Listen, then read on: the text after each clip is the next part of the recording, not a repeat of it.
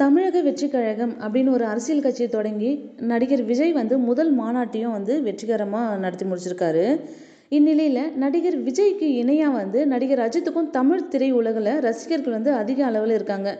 நடிகர் விஜய் மற்றும் அஜித் ரசிகர்கள் சமூக வலைத்தளங்களில் மோதிக்கிட்டாலும் நடிகர் விஜயினுடைய முதல் மாநாட்டின் போது அஜித் ரசிகர்கள் அவருக்கு ஆதரவு கொடுப்பது போன்று செய்த செயல்கள் சமூக வலைத்தளத்தில் வெளிவந்ததுங்க.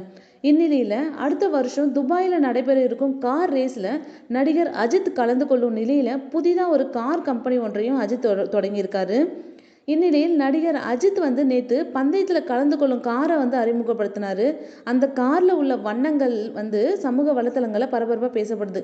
ஏன்னு பார்த்தீங்கன்னா நடிகர் விஜயினுடைய கட்சி கொடியில் சிவப்பு மற்றும் மஞ்சள் நிறம் இருக்குது. அதே போல் நடிகர் அஜித் அறிமுகம் செய்த ரேஸ் கார்லேயும் சிவப்பு மற்றும் மஞ்சள் நிறங்கள் இருக்கிறதுனால தமிழக வெற்றி கழகத்தினுடைய கொடி மாதிரி இருக்குது.